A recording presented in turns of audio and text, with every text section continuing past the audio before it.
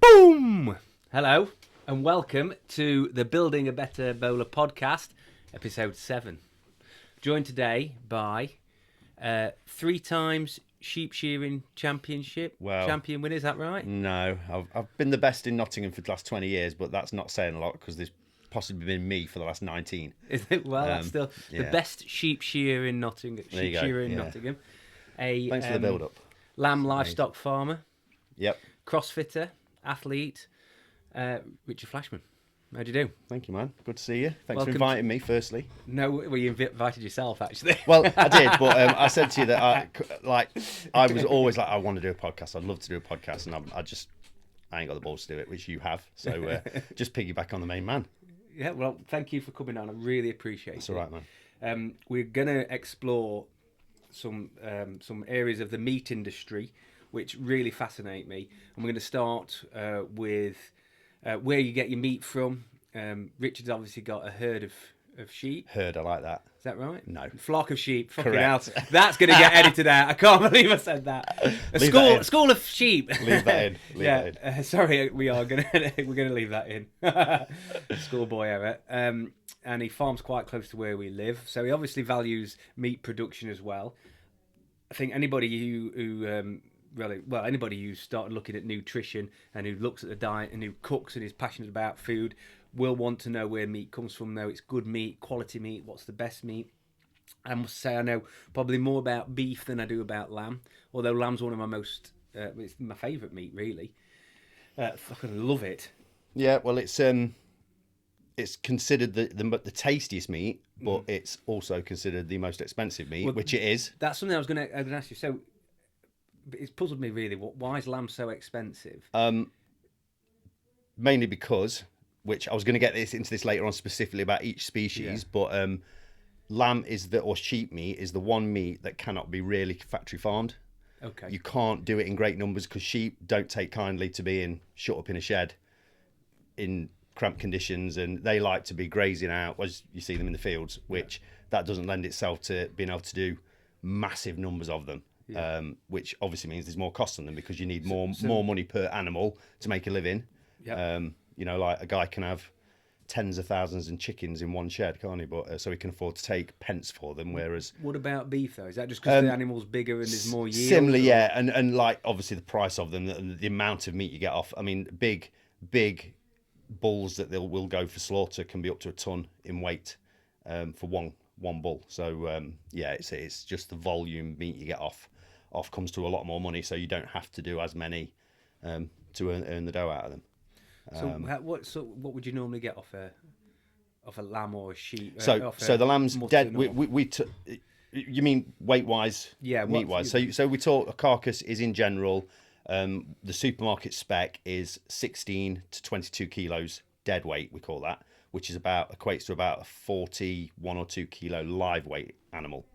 Is that because dead weight's drained, or? Yeah, well, obviously you take away the fleece and you take away, getting out too specific, the head and the feet and the stuff that you don't eat. It's what you get left with is the carcass basically, and that's roughly about 20 odd kilos on average. Did they do anything to obviously take the head off? Like there should be a use for every part of an animal. Would be great. Yeah. What did they do with the eyeballs? Are a delicacy. There was a big drive, be 10, 15 years ago.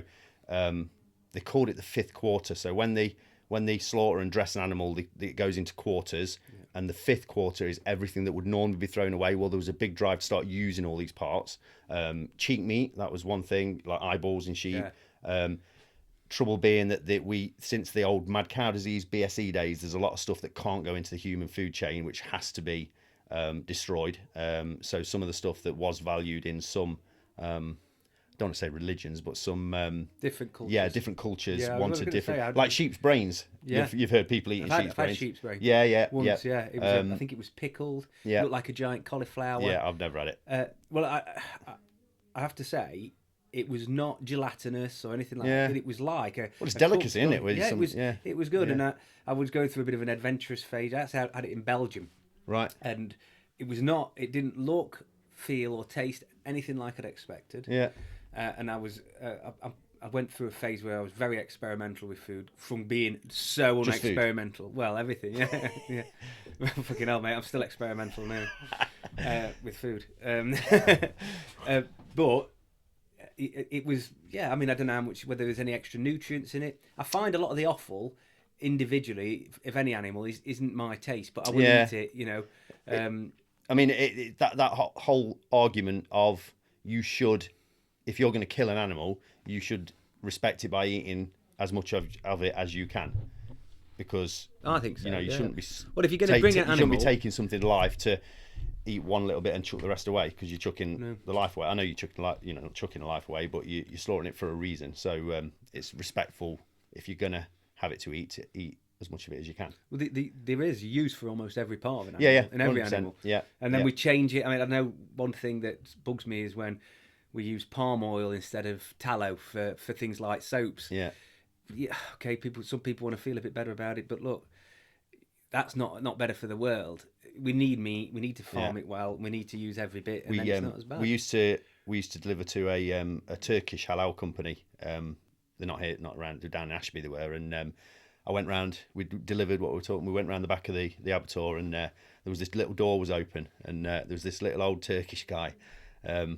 He'd have been 70 or 80, he must have been, and he was sat in this room with all the sheep's feet that they'd taken off during the slaughtering process, and he got a blowtorch, and he was sat on a little stool, and he was blowtorching all the hairs off the legs, because they've got a job for whether it went back to Turkey, I don't know, but it was like basically a delicacy of sheep's legs, and his job, fetish. and he just sat in this, just blowtorching hair off in a bucket, blowtorching hair off. That was his job all day, and there was hundreds of, the old, well, peel those potatoes, and it was like that, but sheep's legs. I'm like, man, you want a job, you do. There can't be much jobs in Turkey if he's over here doing that. But there's some, there's jobs for everything, and it got to the point with the processing companies where that was the profit. They can the sheep meat people want legs in this country. The English trade want legs and they want chops, and that's it. Well, there's a lot more to it, so they've got to find jobs for the other things to then earn the money. So they were looking for these extra things to use what they could with. What's your opinion? What's the best cut of a sheep? I like the belly meat, which a lot of people don't like because it's very fatty. But I've had rolled lamb belly in different ways several times. So I don't do a lot of it, but for a few friends, they'll ask me to send a lamb in, and I'll send them back a box, call it box lamb, so it's the whole lamb back, every part of it, and of course they have a look through, and they don't really know what bits what's this bit, and you have to tell them it's the shoulder, because they think lambs have 4 legs. Well, they don't. They have 2 legs and 2 shoulders. The front end are shoulders. That's shoulder Well, I lamb. thought that. It's your front. The front legs are shoulder. When you buy shoulder lamb, it's the front legs. And then your saddle is obviously you get your chops off that, or they're either cuttable, or you can have a whole saddle. And they get the belly meat, and you'll see it's like a long, thin kind of piece. Looks like it's got sort of sinew on the top. That's of it, yeah. But if you put that in the oven at like 100 degrees for like 5 days, then you can it renders it down, and then you can sort of get it, but with your fingers, and basically just chew that meat. But because that meat is in that fat and been cooked in that fat, it's absolutely unbelievable taste. But you have to gnaw it like a little chipmunk to get it off. But it's all the best meats though are marbled with fat. Yeah, I mean, 100%. But that's an issue with juice the British lamb industry. Lamb is perceived as fatty and as expensive. They're the two things that put people off. I do a little bit of work for another company. They've got a chef who trains head chefs and Morrison's chefs and Asda supermarket chefs. When they cook this stuff he trains all those, and he does these things called lamb lollipops, where I can't even remember what cut it is, but he basically trims this little cut and he rolls it up and he puts it in a skewer, and it's basically a little lollipop of meat on the end of a skewer. And I think I've had one of those in a fancy restaurant before. And he takes them, and you can get kids to eat it. He says, but if I took the skewer out and had the little bit of fat left on, he says they'd never eat it. Well, did you hear my first podcast about you started on 2? So number 1, big thing we did at Change to get the kids eating better. If we made salad on the side of their plate, never touched it. Yeah. Cut it into little sticks and put it in a bowl in the middle. Yeah. Don't even say a word. They're munching on like it. The carrot sticks. Yeah, it's amazing. Well, raw carrot, overcooked carrot they'll eat. It's the old eat with your eyes thing, isn't it? Rather than I think sometimes they'll see a salad as something they don't like. You break it down into individual bits, and they don't really know what it is. Like you said, presenting it on a lollipop. But we're a little bit like that as well. I mean, I'm more adventurous with food now, but before it was the look and then the texture of things. The texture is what normally puts people off over taste. You could normally palate things, but the texture a bit gristly, a bit funny. You see, whenever it's on telly, like Jamie Oliver or MasterChef, and they're cooking lamb, it's pink, isn't it? Yeah. And they always say, what's like the two guys, MasterChef, is it Greg Turode? Greg is it? Wallace and and John Turode, isn't it? Turode, and somebody will cook lamb and they'll say, oh, it's not really pink enough for me, and it's like literally barring still. Yeah. And like I never ever eat lamb pink ever. I cook it low and slow, or no matter what it is, I'll cook it forever, and I'll eat it I much prefer it like that. And I don't mind pink lamb, but when I've cooked it myself pink, it's still been chewy and bad. Yeah. And I've done it low and slow. Yeah. Normally because we're doing, lamb shanks. Yeah. For instance. Yeah, I don't get it. I don't get the pink lamb thing. I just doesn't. But then on the other hand, beef, I love beef pink. Yeah. I can have it bleeding. It's fine. That's when I said about being adventurous food. I started when I was growing up. We never went out. We had my mum cooked some good food, but in general we didn't go out, didn't eat out. We didn't have we weren't eating, Indians all the food all the time and things like that. I think the world's changed a lot since then. But whenever I got a little bit older and went out, it was a steak burnt. And it was a crap cut of beef, and then that changed as I went abroad and went to different places and saw other people, and now you kind of wean yourself into, like, you like that, don't you? Then you'll go and buy, I'll have a medium, and you have a medium, and then might try a medium rare, and then eventually you have a rare, and you think, I ought to have been doing this years ago. And like your curries are the same, always started with a korma. Yeah, well, I might try medium tonight, and that 2 years later you're having like as hot as you can get them, burning your lips. Well, I reckon the theory on the beef thing though as well is because when you're younger, your parents aren't buying you a piece of fillet steak. Well, no. Right? So they buy the shitty steak, which really needs to be cooked longer. Yeah. So it has to be like that. When you get a bit older, you're like, actually, I don't mind spending 20, 30 quid on myself and buying it. So you can have it. And if you go to Wetherspoons and ask for your steak to be rare, it's horrible. Yeah. I played tennis with it. Yeah. But I would never have lamb pink. I don't know, just my personal preference, and But we don't have it. Strange enough, we don't have it that often. We'll have one in the freezer, and like work our way through it over so long. But never ever would I go out to the supermarket and buy it. You eat your own lamb, I take it. Yeah, we do. Yeah, even after you've shagged it. Well, and I've got to get at least one sheep shag. It's used, isn't it? If I know it's been used. Can you taste the semen after it's done? Depends which part you're eating. That's why I get rid of the heads. Is that what you asked the wife? Can you taste it? Well, it depends which part you're eating. With this bloke, and he was dead serious. It was on a building site, and he said like the first bit was semi-joking, the second bit was dead straight. Because you know how you shag a sheep, don't you? He said, put wellies on, put the back legs in, can't get away. Down the wellies. And I was like that. He goes, do you know how you do a car? You need 2 buckets. So you can stand on them. And that was it. And he was like dead straight face and walked off, and I was like, that was the first bit. I was like, it was semi-joking, I think. The second, when he said about the cow, it was like, like he'd give me some brilliantly advice for so you can, next time he's only got to learn how to like artificially inseminate anything. He can have as much pleasure as he wants because you're just shoving your hand and arm up all the time, aren't you? So you ain't got to do it illegally. No, well, there's legal jobs for doing stuff like that. You know. Obviously, you're the Nottinghamshire sheep shearing champion. Well, I haven't officially won a title, but I was. So basically, you get in shearing training. We go for training because you've got a sheep in one hand and a very sharp object in the other, and it's health and safety would never allow it really, but they do. So we get. I train now for the British Wool Board, train other people. So the British Wool Board put on courses, and they've got the seals from blue, bronze, silver, gold. Which I worked my way to gold and got my gold seal when I was, I don't know, in my 20s. And, gold seal. I remember having some of that in my 20s. I do. Goodness.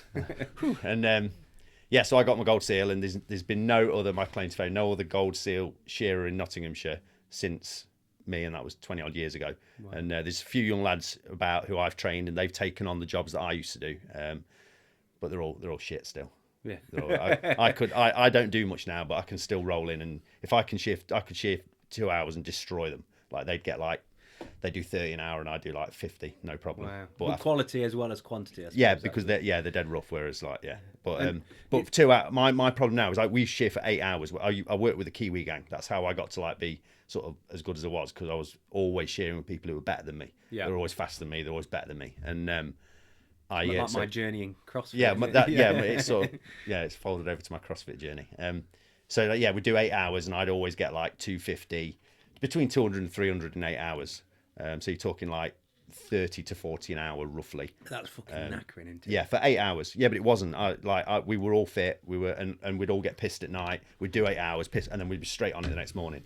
Now, like, I do 2 hours. I am fucked. I can do 2 hours as fast as I always used to shear. 8 hours, but after 2 hours, I'm done.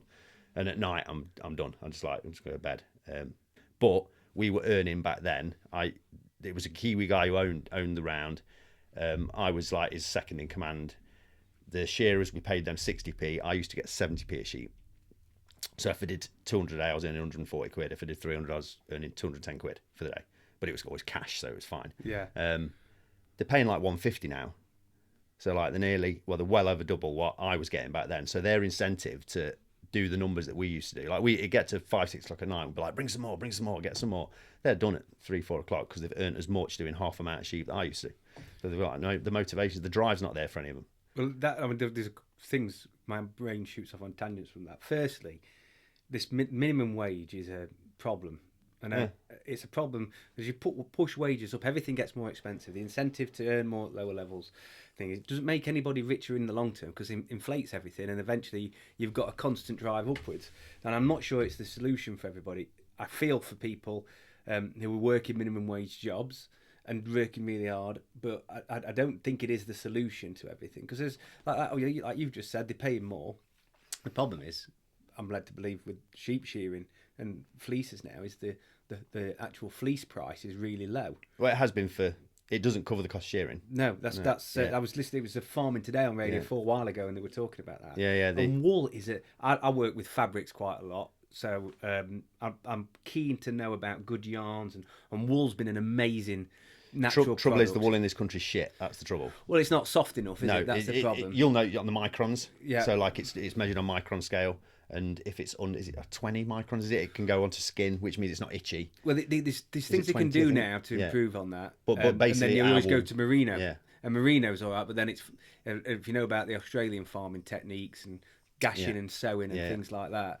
But it's like our wool. The poor quality of our wool means generally it goes into carpets. There's a lot of black wool in this country, or like coloured wool. Well, you can't dye coloured wool. Nobody wants a black carpet, do they? So you get like a heap of black. There was, the Wildlife Trust that do all this like save the badgers and all that. They've got a flock of sheep. The Nottingham Wildlife Trust, they graze all the old pit sites around here, so they'll be on Clippo pit tip. Right, You'll see those little black sheep on the pit sites. So that's Nottinghamshire Wildlife Trust. So we used to shear them. They got 400.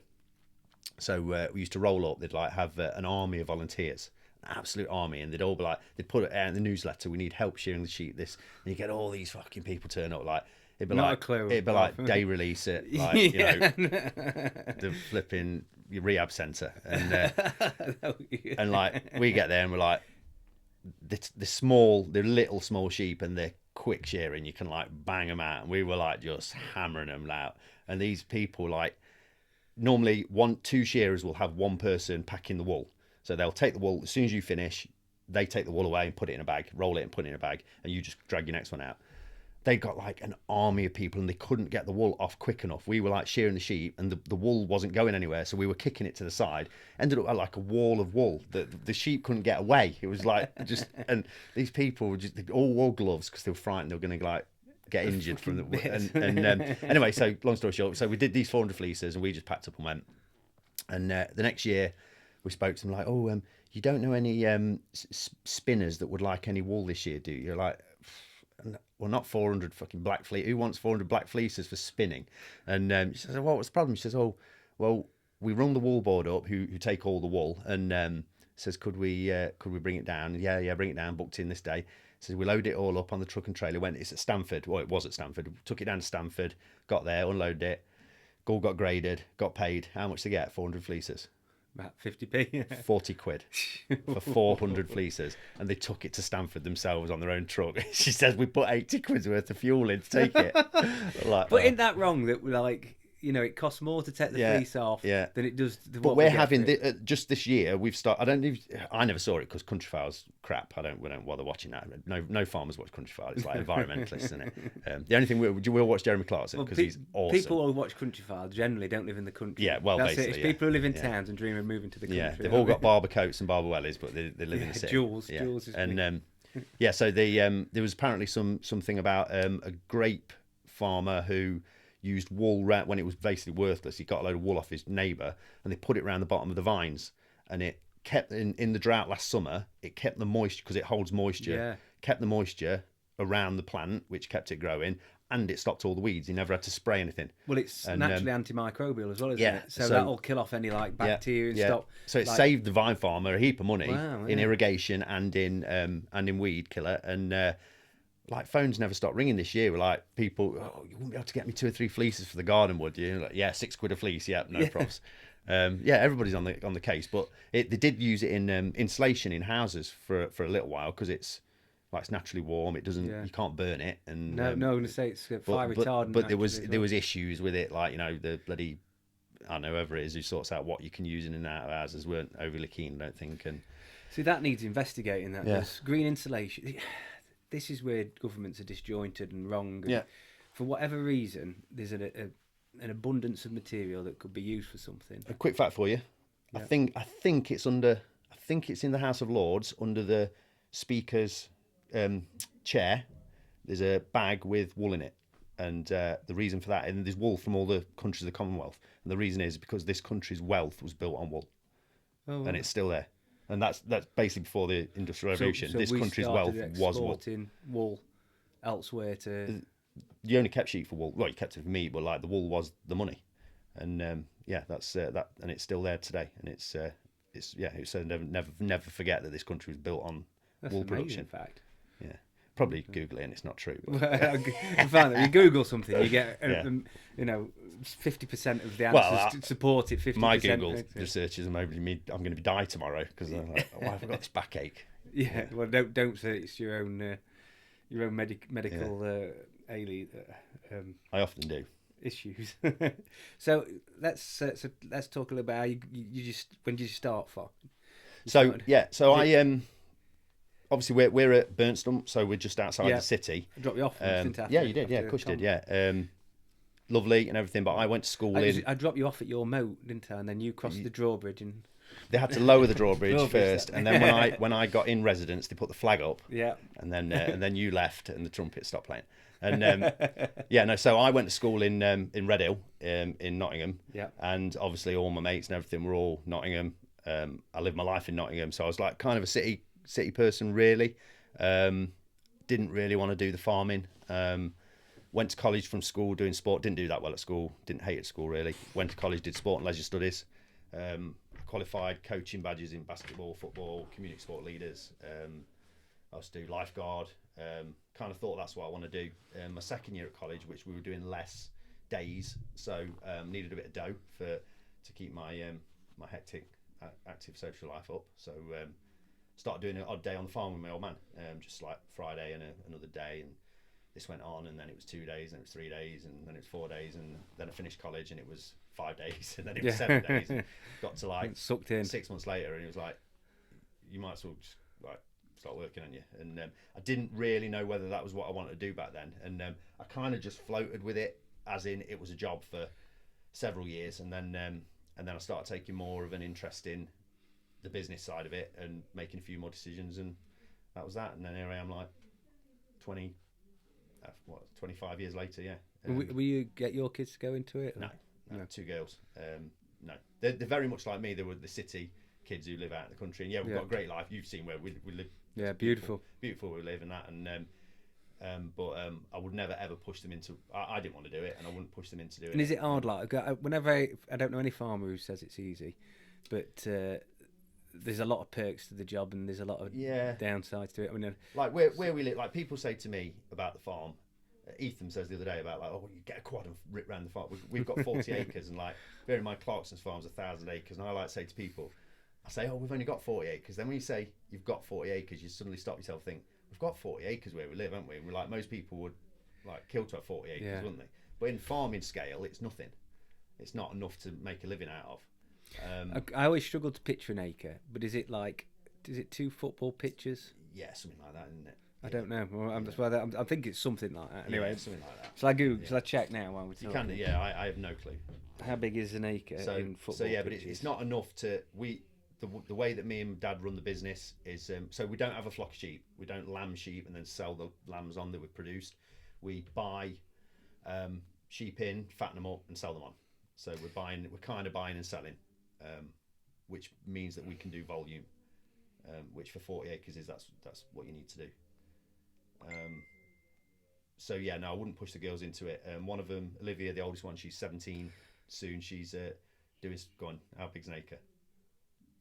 1/2 of a football or soccer pitch. 1.5 or a half. No. An acre is a unit of area containing 4,046 square metres and approximately the same size as 1/2 of a football pitch. I thought it was bigger than that. I imagine acre being thingy. So our farm's even smaller than you thought. Well, size doesn't matter, mate. It's what you do with it that counts, as we're all. So they keep telling me. Yeah. But yeah, Olivia's she's 17 now. She's doing coaching like I used. She's doing coaching at BTEC level 3 at college, and she's just passed a level 1 coaching gymnastics, and she works at Calverton Gymnastic. Oh, excellent. She's like earning, like she's on nearly £10 an hour for like. Well, she's 16, nearly 17, and she's coming home with like, you know, 800 quid a month. Yeah. I was like, oh, I was on 100 quid a week when I first started full-time work. I thought I'd lived like a king. I can remember my first apprenticeship was £50 a month. A month. And you still had enough for taxi home, didn't you? Well, yeah. Like your chips and a taxi home, yeah. No, sorry, it wasn't a month. I'm talking bullshit. I think it was £50 a week. Wasn't YTS back then like 30? Started at £35 a week, didn't it? It was something. It was went to like 50ish because they said it wasn't enough. It was 50. It was 50 quid a week. It was a paint and decorating job. But I'd worked before that. I did cash and hand jobs with a builder when I was like 13. Lethal change it. Yeah. Yes. Well, he gave me 15 quid for a Saturday, 15 quid for a Sunday. That'd be all right then. But my mum took £5 board, so I got a tenner each day, and well, that went on. Even at 13, it was going on fags. Fags and but back then a pack of fags was only like a quid, yeah. Well, you could make money on fags as well. If you got money to buy a pack of fags and you're at school, you could sell a couple for like 50 pence a fag. We were talking the other day, telling the kids about like stuff. Can you remember the fags sweets? Yeah, chocolate ones. Chocolate cigarettes. Yeah, Can you imagine that? Like, nip to the shop and you'd be horrified, wouldn't you? Like the kids come home with it. Yeah, but look at these vapes though. That they're like sweetie flavoured, the little tiny ones. I believe the government must want to tax that and keep it going. Otherwise, you'd go, I'm sorry, we can see it's bad for the health. No, not many people would complain that if you went, right, unless you are at the age of 18 now, or 16, you cannot buy legally vapes. Anyway, if you're caught with them, then you'll be fined. And you can only buy vapes from now if you've got a card to say I'm an ex-smoker or I'm already vaping. You go and see the doctor. Without this card, I know they'd fake them and stuff, but make it harder for kids to get them. And then you've got to have I'm an ex-smoker or a vapor card. And eventually, over the next 10, 20 years, it'd be so hard to go and get them, it'll fizzle it out. So, is it New Zealand that's like basically stopped? I don't know. I'm positive this is right. You might have to Google it again. We're doing a lot of Googling, aren't we? Yeah. They've stopped. They've now basically banned cigarette sales to anybody born after a certain date. Perfect. That's the way, isn't it? You can only over the years, it's basically smoking's going to become illegal in New Zealand because that every year that will clock on and clock on. So the people who can buy fags are dying out, and that age the people are getting older. So I can't. It's something like in 40 years' time. There'll be nobody smoking in New Zealand. Perfect, isn't it? No smoker I know is glad they started. Yeah. They'd all say, I'd rather protect people from it.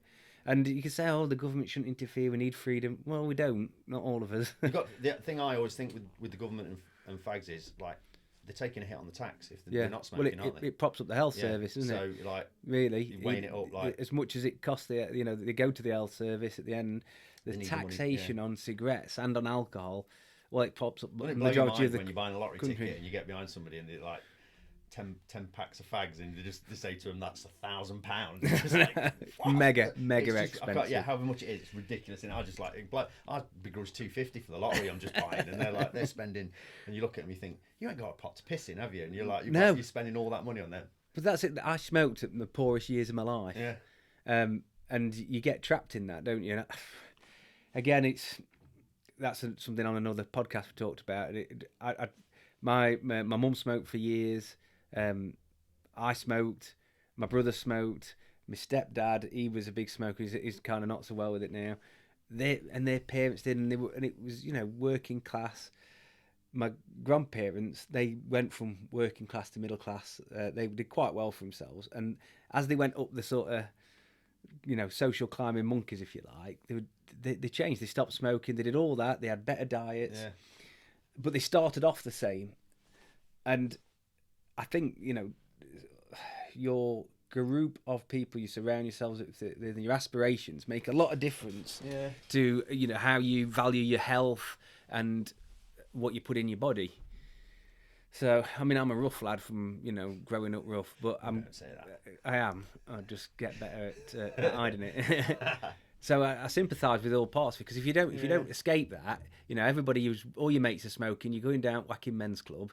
Everyone's having a fag after a pint. I remember going in like I lived in Blyth for a bit, and when me and the missus first moved out, and the pubs would just be like, you couldn't see from one end of pub to the other, could you? You just literally couldn't. And you think, how do we used to do that? Smoking in a pub, that? And or in a restaurant. People are eating. People are eating, and it's just smoke everywhere. And blows your mind that was what happened. It was like normal. And but it was the majority of people smoked at one point. Oh yeah. Not the minority. Yeah. But that's thankfully behind us. Anyway, we're going off on a tangent. When they first built them smoking areas, they were huge outside. They built like massive things. Now they only have like a little post box, don't they? Yeah, that's within our how long ago was smoking been stopped? We'll have to Google that as well. Yeah. That's a fucking hell. Anyway, I'm way older than you, so I can remember it easy. So we were going to talk about meat, good quality meat production. There's a lot to edit out. What's a good looking sheep, and how do you ask her out? I mean, for me, if you're going to go and buy fresh meat, the main thing to think about is traceability.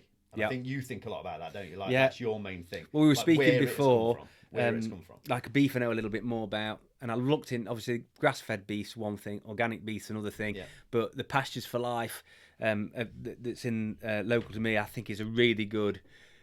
The story they give is very good. Yeah. The meat's really tasty, and I think any small farm that is trying not to use any antibiotics is moving. You're not going up to Sharman's, are you? Is that where you go and buy it from? No, but Hills of Edinley. They're it is Edinley, Halem, isn't it? Yeah. That's very good theirs, because they're organic as well. So did you know? Have you looked at the Pastures for Life that they do? So it's like they have a 3-field rotation. Yeah. The field's covered in real abundance of different fauna, like cow parsley and clover and wild chicory and grass as well. So it's diverse. So the insect habitat is fantastic in those fields, and it's been shown. And if you go through and walking through them when they're on the rotation, there's shitloads of butterflies and bees, and it's lovely. Then they don't use any antibiotics unless absolutely necessary. Obviously, there's no steroids or anything like that. The cows are out the majority of the year. I think it's only 6 months it needs to be for grass fed, whereas it's 9 for pastures fed. They chew a third, trample a third, and take a third for silage. For silage, cut, So and then it's rotated each year. So there's different fields. So it's a really good way of doing it. Keep the thing. You get the beef, and the marbling is like yellow. It's been tested. It's got a real high level of omega-3s. So I'm like, I buy into all that. Yeah. Of course, I'm going to pay $16.99 for your cheeseburger. That goes back to your traceability. Yes, that is like, traceable, local, good meat, and I feel better eating it. And I've seen the cows as well. So. But I don't know the same for sheep, so that's my lack of education, I should do. We said earlier with the sheep, you can pretty much guarantee with sheep that they are living that life, because sheep don't take kindly to not living their life where they're out grazing. You'll see them in winter on root crops, on like they graze. Yeah, I've seen that a few times. You drive up the 617. Grass stops growing in winter, doesn't it? So, and sheep can eat and eat and eat and eat and eat. So there isn't the grass to take all the sheep in this country in the winter. So put them on root crops. And when they do that, is that root crops that have failed and aren't going to be specifically grown for sheep? Right, I didn't know. When I see that and I see a field being decimated, I'm like, that must have been a bad crop they couldn't sell. So they got the sheep to come in and clear it up. How they rotate the crops on arable farms, so you'll have like your wheat, your barley will grow through summer. They'll harvest that like in the next couple of weeks, well into July. and then if it's coming a crop like maize or something like that, they won't need that field again until the spring. So they'll have that section of time over winter where they can put something in. So they'll plant the stubble turnips straight into where they've just taken the wheat off. The turnips will grow. They'll start grazing them around like November time, and then the sheep will come off there in like February, March, and then they can start putting the next. I suppose they shit it on the field, adding all the goodness back in and ploughing it up. And since the Ukraine war, the fertilizer went through the roof, price, and suddenly, remarkably, all these arable farmers were on the phone like, "Oh, just wondering about getting some sheep over winter on." Like the veg farm at Ravenshead, we've started grazing all the veg there. Haven't been on it for years and years and years, and like suddenly, like, oh, this is all they used to do years ago. Every farm had animals to shit on the ground to put the goodness back in the ground, and that's the circle of life, isn't it? That's how it should be. That's how it was always done, because we didn't have fake fertilizers, but. Like the fertilizer price went so sky high, they had to look into other ways to. They called it golden hoof. They call it now. Can we have the golden hoof back on? Yeah, all right. I like that though. I like the fact it's gone back to that, because that feels right to me. Not shipping a chemical across the oceans to do a job that a sheep can do, that livestock in general can do, in an organic, natural way. Yeah, and then they'll get, like, they tell us the yields the next year. The yields are like up hugely on the fields that the sheep have been on, or the cattle have been on over the winter, because it's like they can get rid of some shit. I can imagine, yeah. They can shit. When I have them in my lorry for 2 hours, the shit that comes out of my lorry, they're on these fields for weeks and weeks and weeks. So yeah, it's putting it back in, isn't it? But makes sense. But so depending on what you feed if you get premium meats, they'll be fed on, like pork fed on apples for 6 months. Yeah. Beef massaged and fed on grain and beer. Yeah. Wagyu, isn't it? Lamb. Is there a diet to make the best tasting lamb? Would you put that on a field of turnips and then on carrots, and then it tastes like delicious? Or we do feed lamb, as in we feed them artificial feed, just to when you've got poor pasture that will not fatten them, they'll stay lean their whole life. So you do give them artificial feed, but taste tests for lamb, it's more the maturity of it. So when you buy sheep meat, it is classed as lamb up to 12 months of age. And at the slaughterhouse, they open the mouth of the sheep as it's coming through. If it's got its baby teeth, if it hasn't got its adult teeth, should I say. So it can have no teeth, it's still a lamb. It's still under 12 months of age. Wouldn't the thing where they knock the teeth out? Yeah, they can knock the teeth out, because if they're grazing some of these crops over winter, there'll be a lot of stones they'll pick up and this kind of thing. Like disreputable sheep farmers knocking the teeth out of old sheep and then selling them on. Or... Yeah, well, I mean, anybody, I can tell you what the difference between an old sheep and a young sheep. Just looking at it, it looks old. I mean, a lot of people, can't tell the difference, but you look at you and me, we can tell the difference. The old one, can't we? But yeah, there's not a lot that wouldn't go on. And, so basically, if the adult tooth has erupted the gum, it is then a mature sheep, so it's mutton. Yeah. And what happens is, from the old BSE days, because there was a 1 in a billion chance that a disease called scrapie in sheep came from BSE, which was the mad cow disease. Do you remember? Yeah, I can remember mad cow disease as well. So because of that, any mature sheep, because the scrapie or the BSE can only develop in mature animals, when they're a year old, the carcass has to be split in half and the spinal cord removed. So that happens to all mature sheep over 1 year of age. So your lamb, which is under a year of age, is an entire carcass, which means it can be hung and can maturize. Whereas when a carcass has been split, it doesn't maturize, so they don't hang it. Which generally mutton goes for halal anyway, which they want it straight out. They don't have it hung. So that's the difference between them. And what you want to look for is they sacrifice it in a different way for it to be halal. It's a prayer, basically. That there is no stipulation. You'll have heard this non-stun and stun. So I thought they had to slit the throat and drain the blood that way. All sheep have the throat slit, but the difference being at the point of slaughter, non-stun and stun, basically. So they're made brain dead with electric and stun, then have then bled. Yeah. On halal, there's a lot of the strict halal say they must be non-stun and just die by a cut to the throat, if that's not too far. No. Well, this is something with my two lads have never worked on a farm or anything like that. So a few years ago we went fishing and I showed them how to gut a fish, prep a fish. Obviously all fish are different, but the technique basically the same to gut, prep, and fillet. So, and they ate the fish on the barbecue and everything. Loved it. Not big fans of fish, but we managed to get them to eat it, and I felt a massive sense of accomplishment. We then got some game birds, prepped them, and I've got to say, not used to it either. Bit squeamish about it, but I think it's something that if we're too far removed from it all, we become too squeamish. So, I can understand people becoming vegetarian because they don't want to eat meat and they're scared of all the entrails and things and don't want to prep it. But you're going. Yeah, our food doesn't resemble food anymore. Well, leading on to that, something I find very interesting. So, as much as I would love with the traceability, you do it, which is great.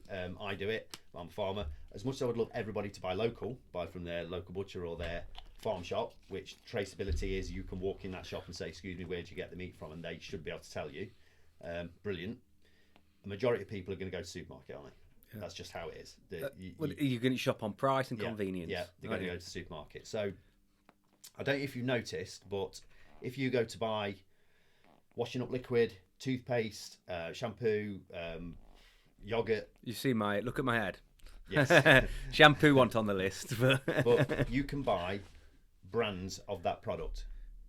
So different companies make those products. There'll be different prices of them, and there'll be supermarkets' own brand of the same product. So you can buy. There'll be 10 different sorts of shampoos you can buy made by different companies. You'll never see branded meat. No. You'll never see fresh branded meat. Well, there'll be a few exceptions. A few exceptions. But tends to be the gourmet ones, doesn't it? Like I know you'll see like, but in general, Jamie Oliver's pork sausages or something. But like that's processed stuff. That's different. Yeah, that's true. But fresh meat, the Grassingham duck is that one, I think. And you see the supermarket brands, don't you? Like Ashfield Farms. Those things like that, where it's their name to make it sound much more. Fake farm. Yeah. So Ashfield Farm, I find that quite funny. For being where we're from, because that makes it sound like they've been to me and bought all the stuff that's in the net. Well, I wondered that. I thought that's something they've caught. It's not all from one farm. No, well, if you clearly because it's different. Audi and Blackburn, it would still say Ashfield Farm. It is.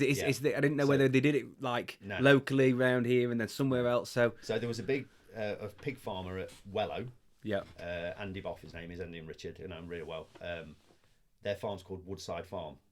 The big supermarket next door to them, just round the corner in Ollerton, is Tesco. Yes. What's their fake farm name? Woodside Farm. And all the people local know that it convinced it. They had a court case with Tesco because basically everybody thought they were supplying Tesco Woodside Farm pig to go in, but it's just a totally fake name. And the reason being, the two biggest processors who supply the supermarkets are called ABP and Dumbia. That's the company name. They're both big Irish companies. You'll never see Dumbia fresh meat or ABP steak. You just won't see it. And the reason being that they own slaughterhouses, and the supermarkets will not allow a slaughterhouse to be associated with meat. And also, it doesn't sound close to home, organic and natural. Exactly. It's a trick marketing, isn't it? I looked at something, and that's so interesting. Isn't it? Like how that's like. Well, it's also how they do the packaging. Have you noticed? So there'll be the chicken. They'll have different grades of chicken. They'll have the cheap chicken in a white clear plastic, and then they'll have one on a black tray with a matte paper label on the top, and that'll be the more premium one. Yeah. And one will be like Tesco's home chicken. The other one is a farm name.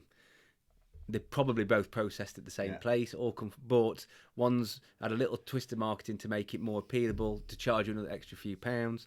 Probably is a better quality of meat. Do you eat cheap chicken? Yeah, I eat a mix of all sorts, and I do that for price. So we eat lots of chicken thigh, and it's a means to an end. We are fortunate that we get to choose occasionally expensive beef and lamb and expensive chicken, and we eat good quality meat, but I would love to eat it all the time. Firstly, it's more expensive, and I feel that, God knows this, like my mum would never be able to afford 100% agree with that. Half the food. But as a farmer who would eat roadkill, and I would eat anything, I will not eat cheap chicken. Why is that? Because I've seen inside those chicken sheds and they are disgusting. Horrible. They're horrible. Yeah. So I have got it written down actually somewhere because chicken's not my forte. But so cheap chicken never sees the light of day. No. So they are killed 42 days old. Yeah, I appreciate that. So I've written this down. Free range chicken, 56 days old. It's got to be a minimum. they have to have been or had. No, that's wrong to say they've been. They had to have access to outside at least half of their life. Not now. There's avian bird flu flu, yeah. outbreaks. But that's so another that's the thing. problem. So Yeah. avian flu outbreaks That's mean just opened back up though. that they can be treated. Oh, not everywhere though. In certain That's areas. new, isn't it? No, there's still been restrictions, hasn't there? A friend of mine is the organic at Newark, and he's just getting back restocked because Yeah, stopped. it depends. I might be wrong. I might be behind. Last I know that there was still farms Yeah, closed. still indoors. Like Bird and Matthews But they turkeys. would still have never... the stocking densities would be completely different on them. Like cheap chicken, you can have 1 million chickens in 1 square centimetre, but organic you can only have 500,000. You know, it's that and but also the organic is 72 days and have unlimited access to outdoor. Yeah. Blidworth, little known fact. So when a shed of chickens is ready to go to slaughter, they have a gang of chicken catchers.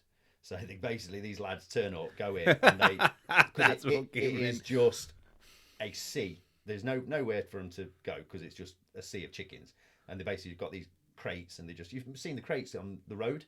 You know, if you just go past them, and there's like lorries stacked up with crates full of chickens. Yeah. So those crates, so they go in with those crates, and they basically just hand catch the chickens and put them in crates. It's not anymore, but Britain's biggest chicken catching gang was from Blidworth. And it was loads of the ex-miners who come with. Like, a lad set it up, and it's like all the ex-miners who like got no jobs. Like, come on, lads! And they used to have a little. There's worse jobs, the isn't little there? Suzuki noddy vans. Yeah, I They got one of them. yeah. They all used to pile it back. Sooty van, isn't it? Van, they'd all go and catch the chickens. And my mate, another mate of mine, because I lived in Blidworth, Rascal, is it Suki Rascal or something? Rascal kept tipping it up all the time because there was like 8 of them at back and they were tiny. And they rolled it one day and broke the windscreen. And they'd take it in turns driving with their socks on their hands because they got no windscreen because it was snowing. Anyway, I digress.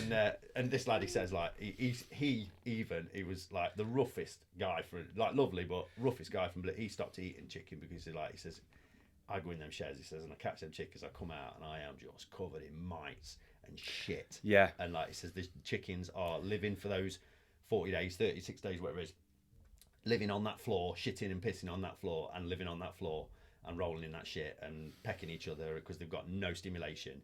Never seen the light of day. Horrible. It is horrible, and I do feel bad when I buy it. Yeah. Well, that's not true. I don't. I buy it unconsciously. I buy it unconsciously.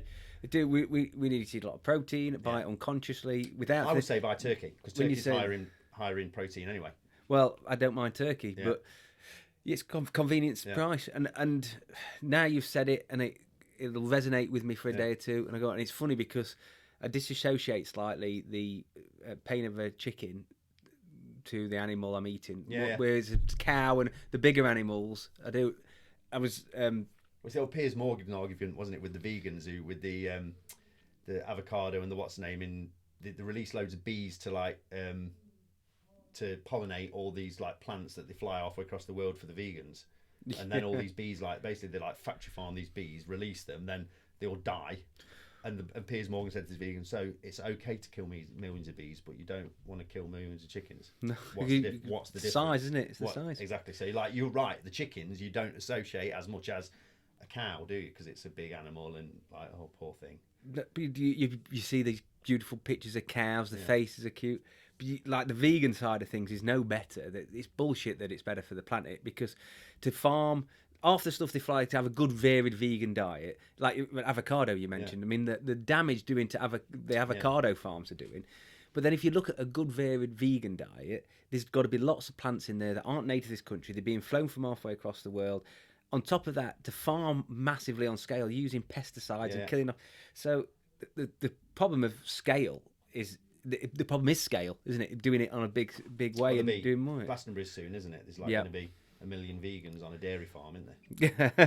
It's a working dairy farm, Glastonbury. Glastonbury is it's a city in a world on its own, isn't it? Yeah. 1.12 billion chickens get killed a year in this country.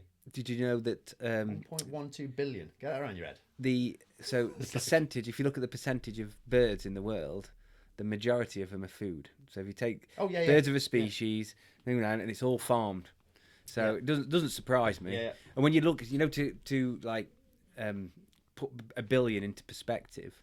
So I'm going to get the numbers wrong, but I heard this change for the bowler, isn't it? Well, if you go like I tried to visualize a billion, and I couldn't. And then I heard something, and Your first billion is this. so yeah, 1,000,000 seconds. It's a million, isn't it? Am I right in saying that? Yeah. So it's huge when you think of the numbers. So I'm going to get this slightly wrong, but it's not far off. So 1,000,000 seconds, I think it's either 11 hours or 11. I think it's 11 hours, and then 1,000,000,000 seconds is 36 days. So think of it's a lot more. It's huge, isn't it? Huge. Yeah. So we think about that. Would we say 1.5 billion? 1.12 billion. Billion. Just this country. It's massive, isn't it? Yeah, just this country. Huge. I'll tell you that each animal. So 10 million pigs in this country a year, 14 million sheep.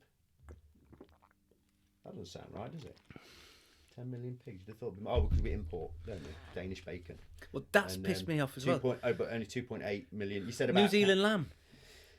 Yeah, it makes no sense because we export 50% of the lambs that we produce. Absolutely, we've got loads of pigs. Yeah. Again, I should have got this exactly right, but Danish bacon, when they started branding that, I mean, they're not famed for the bacon. The bacon's no better for ours. We started advertising it as Danish bacon, and they had a good advertising campaign. Everyone's like, "Oh, Danish bacon." Well, New Zealand landed, didn't it? They see that on telly. And did you know the co-op? Did you see the co-op when they started stocking only British meats? Yeah. So they didn't give you the choice. Or you could go in and it was British lamb, pork, and I think beef. But they had no other option. She went in and it wasn't Danish bacon or anything like that. No one, the sales didn't alter at all because people go in, you buy on convenience what's in front of you. So the advertising and marketing creates us and a demand and a need for something that we never knew we wanted. It's fucking bullshit. Yeah. So sorry, going back onto good lamb. So how do I go in a shop? I see that's good lamb. That's the lamb I want to eat. So, but how do we distinguish between? So your supermarket meat should carry red tractor. Because all the major supermarkets, their suppliers have to have a red tractor farm. I've seen the red tractor. Which basically means you've seen the advertisements on telly and everything, but what it means is, firstly, it's British. That's the first thing. So you know if it's got a red tractor, it's British. The second thing, all farms that carry a red tractor logo are quality assured farms, which means you get inspected annually, and you have to pass a rigor, and I mean it's like a pain in the arse test for everything from the welfare of the animals, the medicines you give them, how you give them, are you trained in giving them, do you worm your dogs on the farm, where do you keep your rat traps on the farm, where do you store are you trained in fertilizer, where do you store it, everything you could possibly imagine gets examined on that day, and then you get your farm insurance status. You get some stickers with a little red tractor that you can put on your forms when you send stuff in, and then you can supply the supermarkets. So although you can't trace, when you go in a supermarket, you can't pick a steak up and go, this has come from Durham, or this has come from a farm at Mansfield. If it's got a red tractor on it, it has come from an assured farm. So regardless whether it's from Scotland, Cornwall, Wales, wherever it's from, it should be up to a standard, which I think that's a good thing. Locally, you might not have that. So I know Raymond's Head Farm Shop, who has quality stuff in there. Yeah, it tastes great. Their lamb that they have, none of the farms that supply their lamb to them are all local. One's at Haleham, one's at Blueworth, one's at Farmsfield. They're all local, all good farmers. None of them are farm assured because they don't need to be to supply him, because they're supplying local. Yeah. So just because you haven't got the red tractor quality assurance doesn't strictly mean that you're not. Yeah, you'd still be great, but you're not. But, so is that more the bigger farms that go for that? No, not really. I'm sure. It can be. It can be because it's just who you want to supply. If you want to supply the major processors who end up giving them more money, generally, you have to have the assurance, because if you haven't got it, they won't buy it, and if they won't buy it, your price will get hit. Yeah. And that's top and bottom of it, basically. So we have it. We don't supply those places directly anymore. We send our stock to a livestock market where they get bid on, basically in auctions. So we don't strictly need to have it, but a couple of times a year, stuff of ours will get bought by a company who want assured stock, and they'll give more for it. So that pays for the inspection, and it also keeps us to a standard as well. Yeah, cool. It means that I'm doing everything that should be done. So when you go into your local butcher or your local farm shop, you should be able to say to them, where does that lamb come from? Who? Or I mean, you're not going to be arsy about it, or you're not going to go and go, where's that come from? But they should be able to tell you. Yeah. Well, a local producer, like if I go to the butchers in Farnsfield, they'll tell me where all of it's from. I've met some of his suppliers indirectly. So we used to supply all their lamb into there. Oh, right. The wholesaler who fits them up, John Brown, his name is. Yeah. He's the local wholesaler who will fit a lot of the local shops up. We used to be his lamb supplier. But he started going, well, when COVID happened, I think the business changed and we ended up not fitting him up anymore. But that all used to be ours. That used to be their stoppards. We supplied all his. Mark, did you ever been to Middle of Ravenshead? There's a butcher shop right in the middle of Ravenshead. Yes, that was all ours. Marco Bradbury's. That was all our lamb.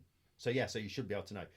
They should have on the meat when it gets delivered should be the ticket from the abattoir that says who the supplier was.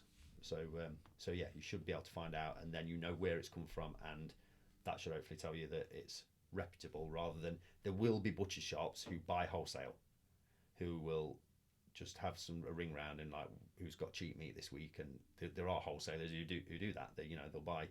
They'll buy from the big companies at the end of the week when they've got stock left. They'll clear them out and then go and knock it out to other shops. So ask the question is what I would say is the main thing. Find out where it's from. Well, if you go to the butchers regular, and they were good butchers. It actually went downhill for a while till Matt got it. I don't know. We just had a few things that just didn't taste anywhere near as good In Farnsfield. Yeah, it was before. So obviously Stoppards. Stoppards. That's what he and then it buys shops, does failing butcher shops, gets them like going rocking, and then he sells them. Yeah, and he moves on. He's done it in low end time, and he is awesome butcher. If you get good meat, people will pay. The queue, they come from miles. The queue, and it's good. It's good meat. And tell you where there's a really good one, Tib Shelf, Deakins. Tibby. Yeah, he's a good mate of mine, and he does all. That's on the left as you go in towards Morton, isn't it? And if you ever, like what was the old game you used to play with the families, Happy Families was it? And you got so he is that butcher. He's like rounder than he is tall, and he's got the gift of the gab like you've never. If you just want to go and spend an hour up there and listen to him as they're coming in the show, like, hey up me ducky, how are you? What you come? They've only come for like some spam. Yeah, they go out with 200 quid's worth. You know what I mean? He just gets stuff into. You'll never guess what I've got for you. And he's got his striped apron on, his rosy red cheeks, and it's like he's just like a caricature butcher, and like, but it's good stuff. There, it's all his own stuff. He's like they've got their own farm, and they slaughter all their own stuff, and So would you have organic lamb over normal lamb? Is there enough of a difference? No, I wouldn't say in organic lamb. No, not really, because lamb is like what. Yeah, the grass it's fed on is organic, and the feed it's been given is organic, but they're grazing on grass fields like most standard lambs are grazing on grass fields. I've never thought about that, but it's more to me. It's how they're farmed, not what the like cattle get shut up in the winter generally, like you said about the pasture for life. Well, the grass fed things, it's not as good as it sounds. And generally, pork is intensively farmed. Most pigs in this country are owned by about 6 companies, because these big companies like them because X amount of pigs are born. After so many weeks, they are this weight, and then after that, an X amount of weeks, you wean them, and then they go to the next place where they're this weight, and then after that time, they go, and they can plan everything with a pig to a specific date and a specific time, and it's a cycle that just keeps going like that. Whereas sheep and beef, like weather, grass conditions, like might not be get it gone for this week, might be in 6 months' time. These companies can't work like that. So it's that big factory farming's never affected cattle and sheep like it has pigs and poultry, where it can be controlled by big companies, because a guy sat in an office on a bit of paper can tell you exactly how many pigs are going to be going off their farm next week. So is there like bad pig farming or good pig farming? I mean, I imagine that's quite a regulated industry. Like you'll see at Billsthorpe up there, like the big so that's the sows basically. They're the breeding pigs. All the units that you see outdoors are all the breeding pigs, and you see the little pigs running around. They escape out. They're running around. So they will be at. I've written that down as well. About 4 to 10 weeks they get weaned. So that sow will have. I worked up there for a little while because my cousin set it up.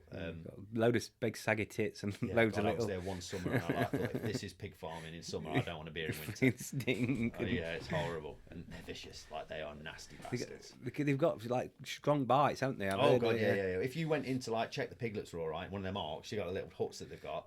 Like you had to take two of you, and one of you would have to like fend off the mother while Well, you were it's just the checking, because they would snatch thing where it bricked up and he Yeah. fucking Yeah, pig yeah. can chew through human bone Never trust a like man it's with a bad. pig. Yeah. And yeah, it's right. Yeah. Is that true, do you reckon? Yeah, fuck yeah, they'll eat anything. Yeah. With the old days, they used to swill. You heard of swill? They used to Pig swill. So it's basically anything.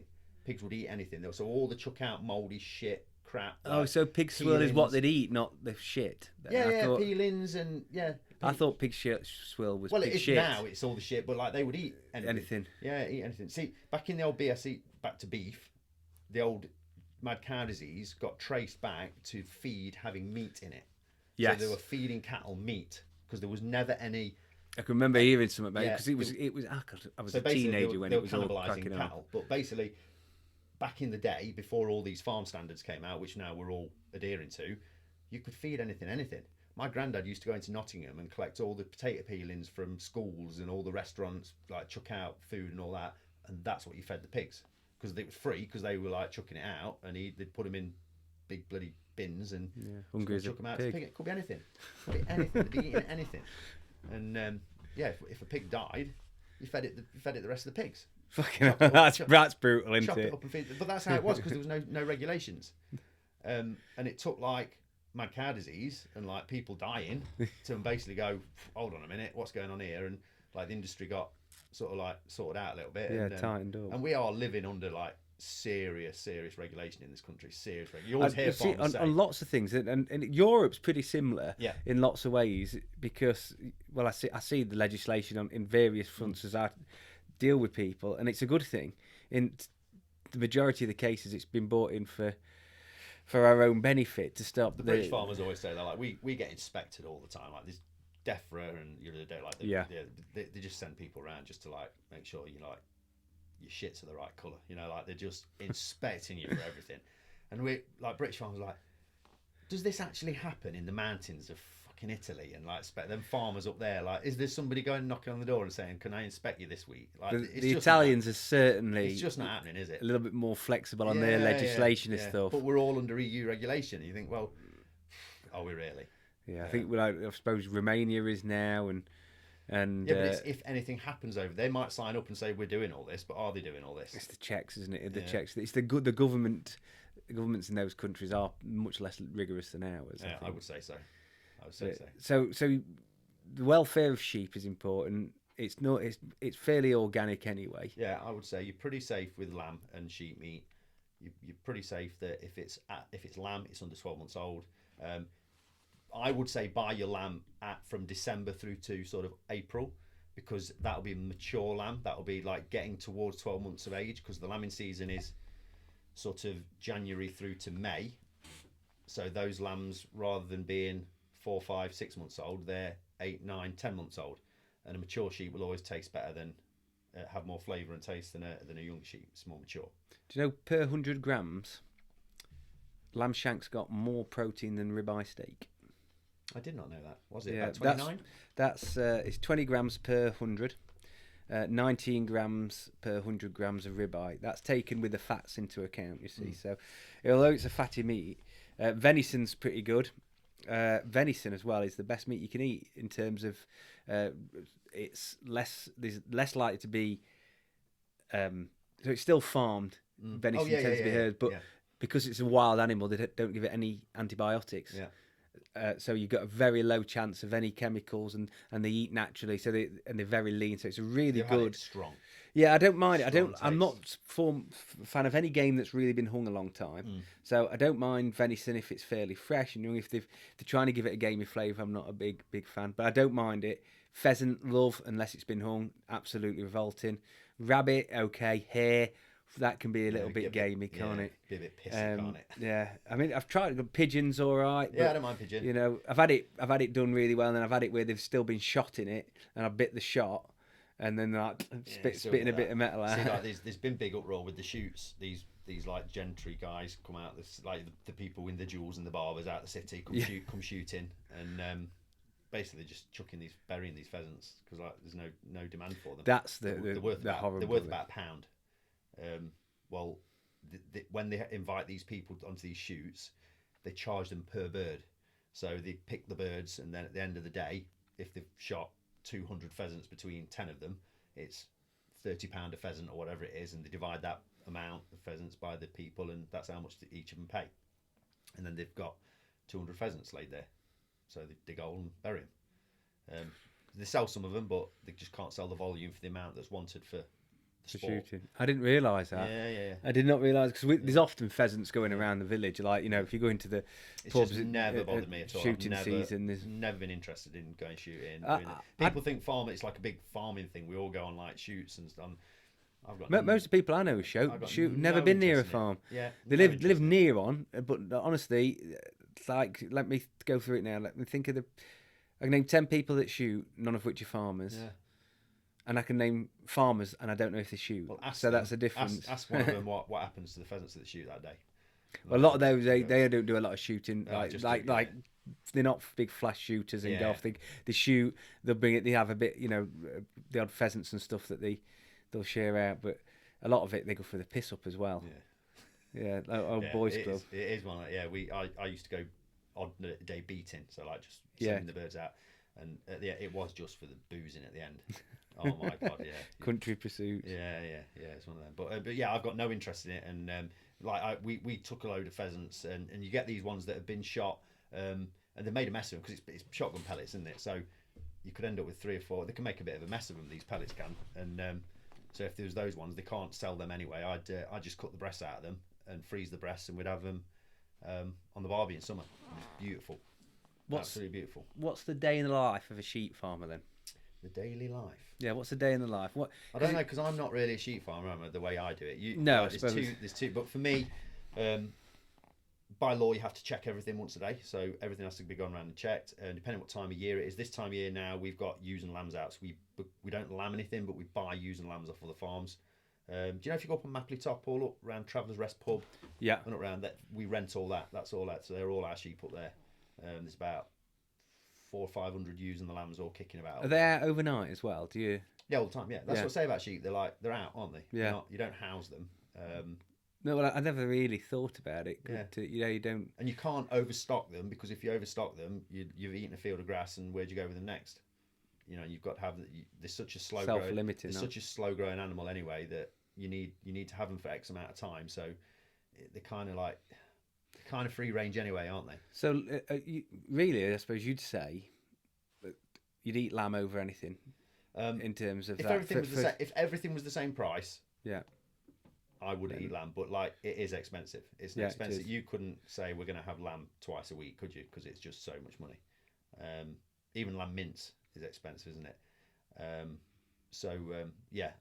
And people don't know how to cook lamb, really, do they? It's like if you like you're saying, you've got the shoulder, yeah, lamb shank, lamb neck fillet, little bit of belly here and there in the chops, and then even I get lamb out of the freezer, a joint lamb, and I don't know what it is when I get it out. I'll just see this lump in the freezer, and I'll be like, "What's that?" Well, I know it's lamb because I put a load of lamb in there, but I don't know what joint it is, and I'll get it out and thaw it, and I'll be like, "Right, what are we gonna do?" And I'll dice something up, and curry it, or lamb in curries is mentally good. That's probably the best meat for curries. That or we're needing to wrap up shortly, aren't we? Yes, we are. My daughter's she's probably not we're able on to an hour and 10 minutes. She's probably not able to walk after Ethan's destroyed her. Mate, you've got to be careful with your words there. Well, he's a new dad. She loves him. Oh, she loves him, honestly. Like, this is the best time of the week, come training with Ethan. How long has she been coming now? So when the CrossFit Kids ended, she was desperate to carry on and wanted to... and so like we just sort of bit and bob about home and stuff and didn't really do it, and then I was like, right, I'm going to do something. So I asked Ethan if he put a thing out, wanted to do PTs, and I was like, do you want to do some PTs with Ethan? Like, yeah. So jumped on and did some. Amazing. She's been going ever since, and like just loves barbell, hates getting buried, like she's like gets out of breath. I'm like, that's CrossFit, I'm sorry. Yeah. she did a workout, we did a workout the week running and like lunges with barbell with dumbbells or something, and She did the whole workout, like adult workout, fine, did it all 6 rounds, whatever it was. Come in on the last round, like, Dad, they could get asthma. You're just out of breath. You're just out of breath. We're like this every time. And but yeah, she's dead keen. She's dead keen. So I don't want to go. No, don't do it. So I'm kind of like, but she's 15 soon, move, so. Hoping she's going to just get a bit more into doing more other stuff. But she's very much at the minute, she's wanting to like, she says at the weekend, we've got a pull-up bar at home, I'm going to do toaster bar. Right, well, let's start doing like kipping, then we'll do like some leg raises, then I'm going to do toaster bar. So it's just, it's like 0 to 100 mile an hour in 2 seconds, please. Like, she doesn't quite get that I'm flipping, took me 2 years till I could link 5 toaster bars, and she wants to do it now. I want to do this now. She wants muscle ups now. Yeah, well, we all want muscle ups. Well, yeah, like I'm still not there, mate. So yeah, I'm going down the mountain, not up it. So you keep it moving though. Oh, yeah, that's the thing. Me and Andy Clark say we're like Andy's 48, I'm 47, and we say now, if we can maintain, if we do like a retest, and we're the same or a bit better, great. Fitter, stronger. Great, yeah.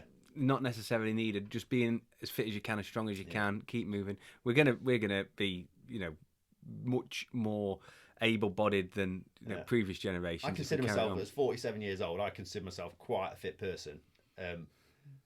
But like, I don't want to get to be an unfit person. So if maintaining means like I do get a little bit worse, but I'm still all right. Great. And Platinum Crew soon. And me and Andy say when we walk in Platinum Crew, we'll be the men, won't we? Yeah, you'll be telling me. We'll walk in that for like smoking cigars. Watch us. The Platinum Crew are pretty impressive. I've watched them several times. Oh, what? So we're still not even going to be the best in there? Well, no. There's no chance for us.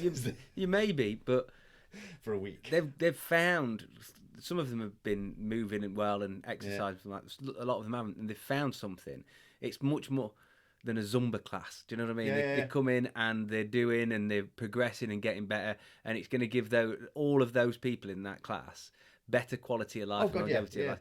The difference is obviously when you come, you're an athlete going into the Platinum Crew. You might not be allowed in. Well, we're going anyway. Yeah. I asked Jules about it. They had a Christmas party, didn't they? And she put some photos on. They were like at a pub, like having dinner at a pub, and then like cup of tea and stuff. I was like, because I don't drink anymore. I'm not teetotal, but I don't drink. So like I might have 1 beer a year or 2 years a year or something like that. And I was like, that's my bag. That is, Jules. So I come on that next year, right? She went literally 2 minutes after that. The champagne were out, the port were out. Like, they just got obliterated. I was like, oh god. How long have you been teetotal for then? About 1.5 years. Yeah, not particularly by choice, just by. We don't go. Me and the missus don't socially go out that much. We like fitness. She goes to the gym. I go to the gym. Fitness is quite like our thing. That's our social. Yeah. Got to Christmas 2 years ago, and 2 years then. 2 years ago, and I got COVID, and so I didn't drink over Christmas. So like then it lagged on a bit longer, and it got to like my birthday, and I went and had 4 pints. I hadn't drank since way before Christmas. I got to my birthday, I had 4 pints, and like that was the first drink I'd had. Like couldn't drink the fourth, gave it away. Didn't drink again until I went on holiday in summer in August, just because we don't have beer in the house. We don't. That's neither a good want move to drink very much. I like a drink, but I don't like getting drunk anymore. Yeah. And I've had my bucket full as well in my life. So so I had a beer on holiday, but wasn't bothered. So I had 1 beer, and then the next thing it was Christmas party this year, and I had a gin and a cider. I'm like, that'll do. I'm all right. And then I haven't drank since then. It surprises me. You know I'm teetotal, don't you? Yeah, I do. Yeah. And obviously Gaz is, and more people I know, and more people I meet are teetotal. Yeah. I like a beer. I've started drinking a bit of non-alcoholic beer if I'm going to have a beer. Yeah. I like a beer, but I've got it doesn't interest me to have it anymore. It's not for like, not some life choice, big revelation I've had. I just didn't fancy it. I just stopped. Circumstances meant there's less in it. I literally suddenly turned around after about 6 months of not having a drink, not realising I hadn't had a drink. And like, I hadn't had a drink for 6 months. Is it really worth me bothering having one now? And I sometimes, the other week when it was hot, last week, I went walked around Morrison's like, oh, look at that, like orange Bulmers or something. I'm like, oh, that sounds really nice. I'm like, nah, I'm not bothered. I carried on walking. Like, it's weird. It's weird because I used to get pissed every night, and like it's a strange thing that I just like went, I'm just not bothered anymore. But I am very strong-willed in the fact that I can just not, if I don't want to do something, just leave it. I can just leave it. It's fine. Well, thank you very much for your time. You're I know we could probably go on for another hour. We've not scratched surface, have we? No, We've not I scratched bet each other. No. So that's all right. Just one quick question. Yeah. If you leave a line down the middle of a sheep, is that a Brazilian? Or... Yeah, because the scratches on the side of it, you want to be careful. But we haven't. I'm sure there's much more depth on that subject. It's something that really I want to understand more. I want other people to understand more. And I think the closing thing on this is we've got to try and choose better meats so we fuel our bodies well, but it's better for everybody. The thing is, there's so much cheap meat and a need for mass farming. Yeah. That Hugh Fernley-Whittingstall thing, wasn't it? He was like, do not eat chicken, don't eat this cheap chicken. And then he met the families who could only afford the cheap chicken. And he's like, how can I tell you to feed your kids? You can't afford what I'm telling you to eat. No. So it's difficult. But if you can afford it and you can have the choice, you should make the right choice. Yeah, absolutely. And it does taste better. Yeah, 100%. Yeah, 100%. Well, thank you very much. You're welcome, brother. This has been episode 7 of the Building a Better Bowler podcast. Thank you very much for listening along. We would like you to like, share, subscribe. I don't know how you do that on the platform you're listening to, but have a go. The more likes, shares, and subscribes we get, the better. So thank you very much. Cheers, man. A pleasure, mate. A pleasure.